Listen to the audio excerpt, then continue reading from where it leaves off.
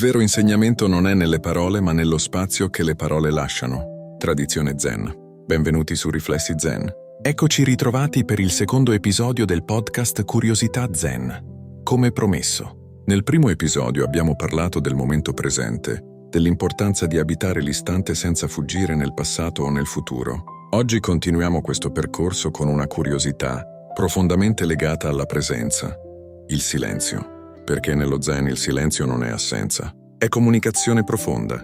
Viviamo in un mondo che ci spinge a parlare, spiegare e chiarire tutto. Il silenzio viene spesso interpretato come disagio, distanza, mancanza di risposta, qualcosa da riempire in fretta. Eppure nella tradizione Zen, il silenzio è considerato uno degli strumenti più potenti di comprensione. Si racconta che il maestro Bodhidharma, considerato il fondatore dello Zen, rispondesse spesso alle domande dei discepoli con uno sguardo o con il silenzio. Non perché non sapesse cosa dire, ma perché alcune verità non possono essere trasmesse attraverso il linguaggio. Anche Huineng, il sesto patriarca del Chan, insegnava che le parole possono indicare la via, ma non sono la via.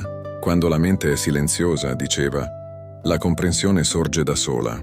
Nello Zen le parole sono utili ma limitate. Il silenzio invece non filtra l'esperienza. Permette di incontrare la realtà senza interpretarla. Questa è la curiosità Zen. Il silenzio non è vuoto, ma spazio fertile. Uno spazio in cui la mente smette di reagire automaticamente. Uno spazio in cui l'ascolto diventa più profondo. Uno spazio in cui anche l'altro può finalmente emergere, senza essere interrotto o corretto. C'è una differenza sottile ma fondamentale. Tacere per evitare e tacere per comprendere.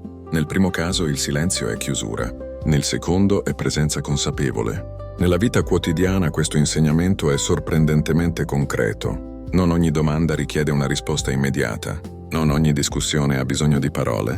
A volte il silenzio è ciò che permette alla situazione di chiarirsi da sola.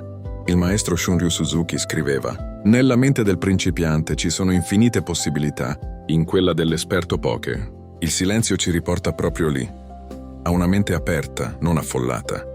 Questo è lo Zen, non usare il silenzio per nasconderti, ma per vedere più chiaramente. Se questo racconto ti ha lasciato qualcosa, condividi nei commenti il tuo pensiero. Un mi piace aiuta il podcast a crescere e a raggiungere chi sente il bisogno di rallentare. Se non hai ancora ascoltato il primo episodio di Curiosità Zen, ti consiglio di partire da lì.